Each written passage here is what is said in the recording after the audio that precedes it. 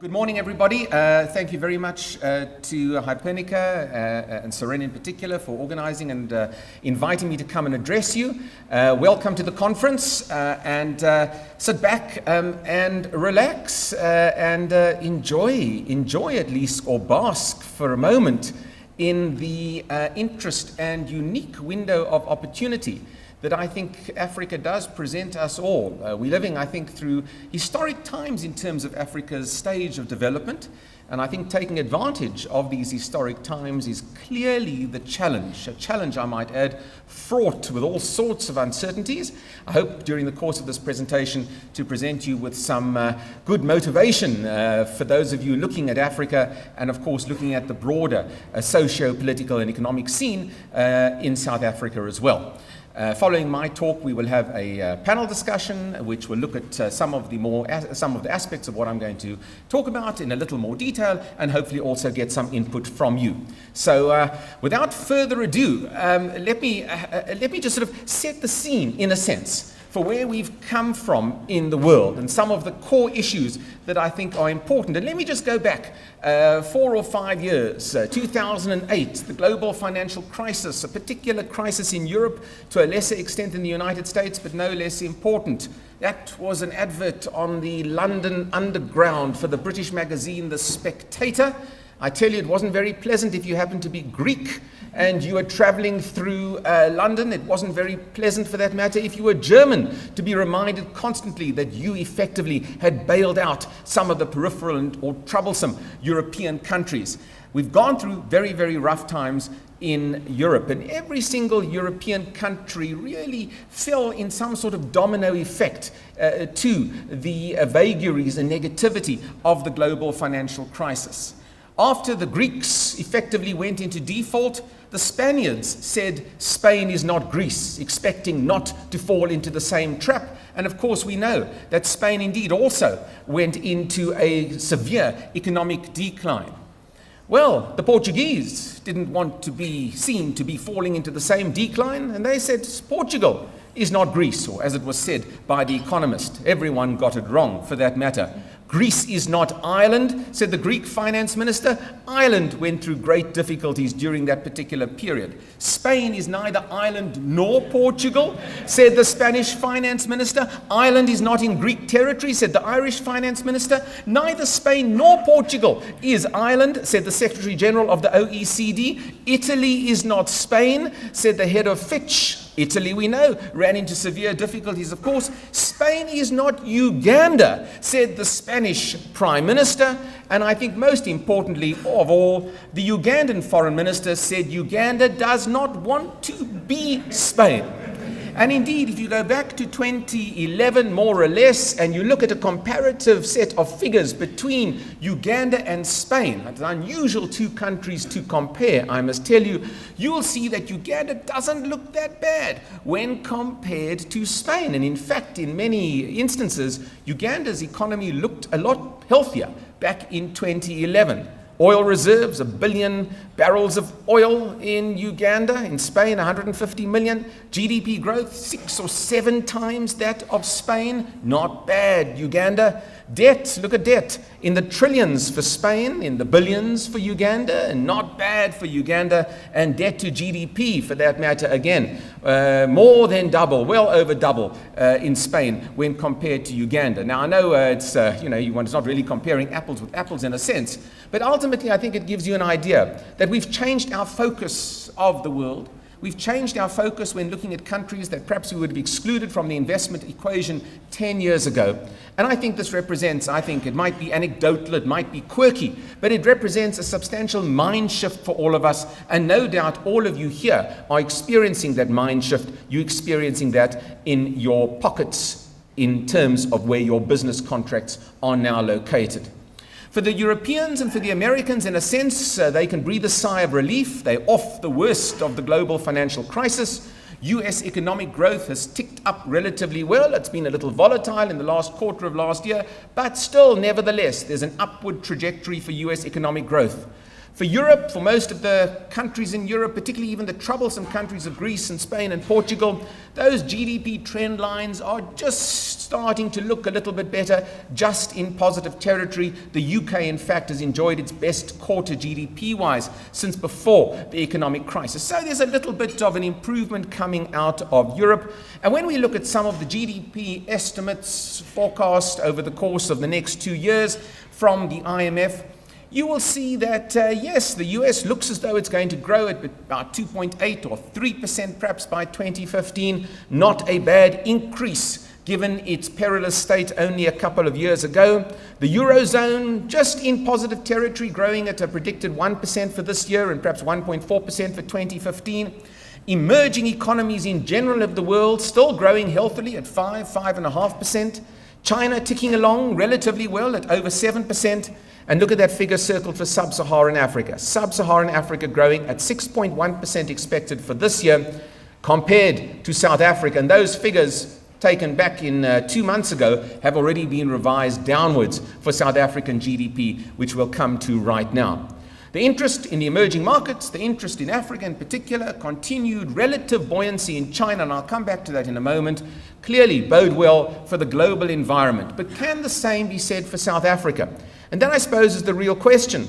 And you know, I don't want to be a sort of a naysayer or a doomsayer here in this particular talk, but when we look at the South African economy, we look at the serious impediments to economic growth, and we look at the results of a policy malaise over the course of the last 5 or 10 years, we now see the effects, and we see the effects quite strongly in our economy. Lagging growth in fixed investment that needs to be kick-started, and kick-started relatively quickly. Mining as a percentage of GDP, of course, that trend line has fallen and fallen dramatically over the course of the last 10 years. It's a very telling graph in terms of a trend line of the contribution of mining to South African GDP. And all of you know in your industry that if these trend lines continue to move south, investment opportunities within the South African country itself, within our borders, will remain extremely sluggish. In the mining industry in particular, we have to contend with a high degree of labor militancy, productivity issues, above average wage demands, power shortages and the negative effects on our economy of Eskom, and of course, policy uncertainties, uncertainty over ownership, the continued cloud of resource nationalism that is creeping into our debate. And clearly, this is a disincentive to investment in South Africa and a disincentive in terms of the very, very big cash-intensive capital investments that this country really needs to kickstart itself into the future. And clearly, an impediment, in a sense, to your industry. It's not just in the heavy capex industries, although manufacturing itself can be a heavy capex industry.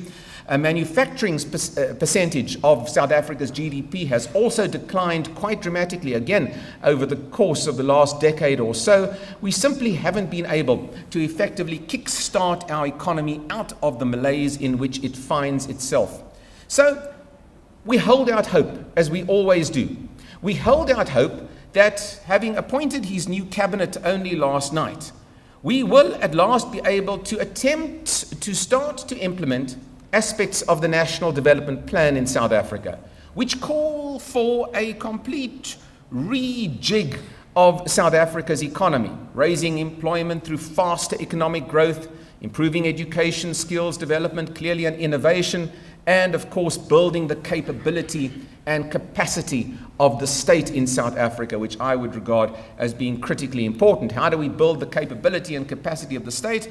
We of course do it in two ways. We can do it through infrastructure, and we can do it through the planned infrastructure rollout. Now, I must tell you, I should live long enough on this planet in order to see this infrastructure rollout in South Africa. It's been on the budget books now for a few years. And we're still a little sluggish, to put it mildly. Some of you involved with this will still find it a little sluggish to get those contracts signed with government in terms of this massive rollout. Infrastructure is great. Infrastructure, as we know, is going to drive economies, but infrastructure also has to be combined with policy efficiencies, with good policies that understand the competitive nature of the world, that offer pragmatic solutions to make our country a highly attractive FDI destination and not to discourage investors. So infrastructure is really only one side of the equation. And when all of us, because all of us in a sense in this room are in the infrastructure industry, I suppose directly or indirectly, we should really at the same time be lobbying for infrastructure and prudent economic policies to go hand in hand in order to take ourselves into the next phase of our what should be a reindustrialization of South Africa. The graphs continually show, and the budgetary allocations continually show in South Africa, budget after budget, the allocations for this huge infrastructure spend that I don't think will meet its targets by 2016. But nevertheless, I think we must hold out hope that in the second Zuma term of office, the NDP becomes a focus, and perhaps the easiest part of the National Development Plan is the infrastructure rollout, because it's politically popular. It's politically popular from all sides of the political equation. The left, the unions, the communists, the business groupings, all like the idea of infrastructure. You don't have to get your head around it ideologically in order to implement an infrastructure development program. And in a sense, one should, and I will, continue to hold out hope, and indeed for this industry, that it might not just be looking across border. We may well see this coming to fruition in South Africa. Go to Transnet's capital expenditure plans for the next 10 years. You see also a tremendous increase in budgets and allocations. Let's hope and let's lobby that this indeed becomes reality over the course of over the next few years. Ultimately, for our political system here in South Africa, we urgently need policy clarity within South Africa. We urgently need to, of course, balance the redistributive role of the state and state intervention in the economy in order to uplift the poor, with encouraging the private and business sector to remain in South Africa, to invest in South Africa, and to play its rightful part in the country. This balancing act is perhaps what has been missing from our policy equation in this country over the course, certainly, of the last 5 years. There are still differing views within the ruling alliance as to how to react to the business side of our political and economic space in South Africa, and that has to be resolved clearly before we move into the next phase of our industrialization and economic development. So a lot rests, I must tell you, in the hands of Cyril. Last night became Deputy President of South Africa. Perhaps the most interesting appointment of the cabinet really was his appointment. He was out of parliament. He didn't play an active role, of course, other than within the ANC. He is now Deputy President of South Africa. He was one of the driving forces behind the National Development Plan, and ultimately, perhaps his position will rest on whether he can attempt to steer the wayward unions in South Africa into accepting elements of the NDP that can be implemented. It's going to be a tough task on his shoulders. The South African economy, and in your industry in particular, in the cement industry, is going to be buffeted by a number of very big global changes, very big macro trade changes. They apply in the African context, continental African context, just as they do here in our country. Urbanization, changes in the management and planning, spatial development of our cities in South Africa, critical into the future. We cannot go on living with these sprawling informal settlements. They affect absolutely everything, in particular, and you've just got to be basic about it, the quality of life of ordinary South Africans to participate fully in our country. And clearly, I think there's a big challenge in South Africa to reinvigorate our cities, to densify our cities, to bring your technologies, in particular sustainable technologies, but your technologies and the quality of your technologies into the densification of our cities. I think this is going to be one of the core challenges for us. It's an African challenge, it's a South African challenge as well. A further challenge clearly in the cement industry is the importation of cement now largely coming from Pakistan. Lucky cement is perhaps a word I shouldn't mention at a conference like this. We've seen in this country a 40% growth in imported cement, most of it from Pakistan, as it happens, over the course of the last year. A 40% increase in imports and a 5-fold increase over the course of the last 4 years in imported cement. And we know that imported cement may well, in a sense, be perhaps not what it should be in terms of safety regulations, and in terms of adequate standards. All of you probably familiar, if you're from this industry, in that particular incident in Tongaat in KZN, although we don't quite know yet, I think, the full extent of the inquiry into that particular building collapse. Nevertheless, I think it's a challenge, and it's one of the many challenges to doing business. There's a political challenge in South Africa, there's a policy challenge in South Africa, there's the role of cheap imports into South Africa, or of perhaps a lesser quality, and of course, all of you are faced with a world which is becoming a lot more competitive in every aspect of all of our businesses, whatever they may be. There are new entrants into the marketplace, some coming from afar, and I think these new entrants are creating a very, very crowded market, perhaps even an overcrowded market, particularly in your industry here in South Africa. So there are challenges certainly in the South African context. The biggest challenge, I suppose, for all of you is the fact that our growth in South Africa simply has been lagging, our GDP growth. We really can't continue along a trajectory of 2% GDP growth. We have to up our growth to 5 or 6%, as the NDP would like us to have for the next 20 years or so. I'm not sure whether we're going to get to those levels sustainably for 20 years. We've never had those levels for 20 years ever in the history of South Africa. But when you look at South Africa's GDP when compared to other African countries, then I think you realize that the excitement, in a sense, is perhaps across our borders. The excitement is elsewhere. If we can reinvigorate our own national development plan, maybe the excitement will return to South Africa. So with those remarks about South Africa, it brings me to, of course, the focus of this conference indirectly, I suppose, and the title of my talk is Tracking Africa's Future.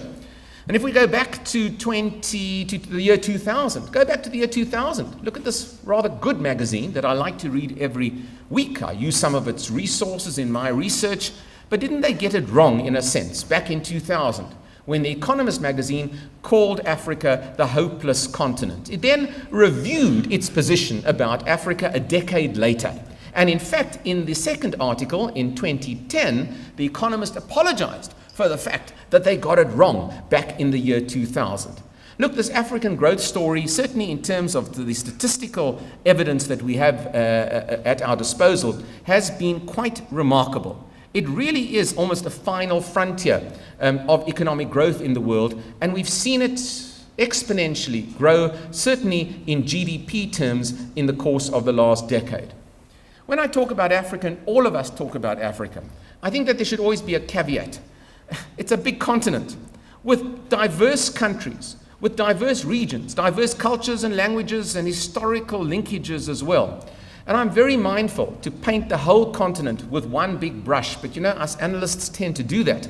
I think it's always good at the outset of any presentation just to bring one back to reality, that what works in one particular area may not necessarily work in another particular area or region. The vagaries of Africa are intense and very, very deep, and coming to terms with those vagaries are one of the ultimate challenges to business that intend to expand into the continent. Different countries, different development cycles, oil exporters, diversified economies, economies in transition or pre-transition economies. We can study and analyze the African countries really for hours and hours. It's a very complex environment, and all of these countries effectively have a complex set of advantages and, of course, a complex set of obstacles. From limited access to financing in Nigeria, to political instability in Egypt, to macroeconomic conditions and instability in many other African countries as well. Different levels of development, different levels of concern. And on the issue of concern, of course, doing business in Africa and looking at the continent fraught with risk and fraught with difficulties. We know what's been happening certainly in Nigeria, not just on this particular issue, I might add, but also on the ongoing problems with Boko Haram. We know what's been happening in East Africa, and I was in Nairobi on the weekend of the Westgate Mall incident, I must tell you.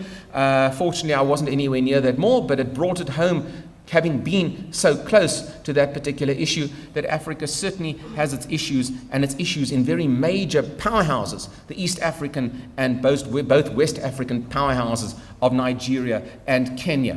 We know that Africa suffers from problems relating to corruption, Take a look at that corruption perception index, countries shaded in red, and that actually applies to most of the world, I must tell you, not just Africa, certainly falling foul of transparency in many aspects of governance. But with all of that, the projected growth for most countries on this continent over the course of the next 5 years is substantial. 4, 5, 6, 7% averaged growth for most of these countries over the course of the next 5 years. That is startling, and it is amazing, and I tell you, very, very positive for our industry.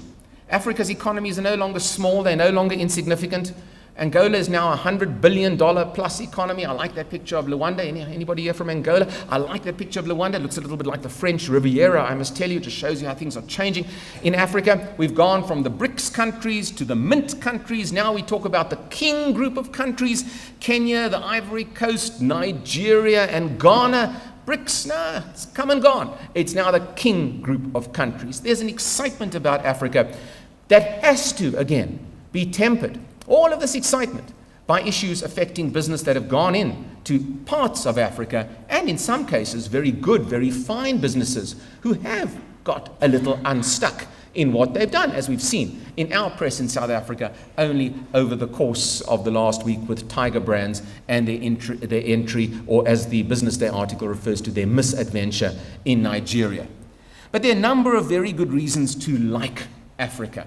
And they are deeply embedded reasons that point to sustainable growth.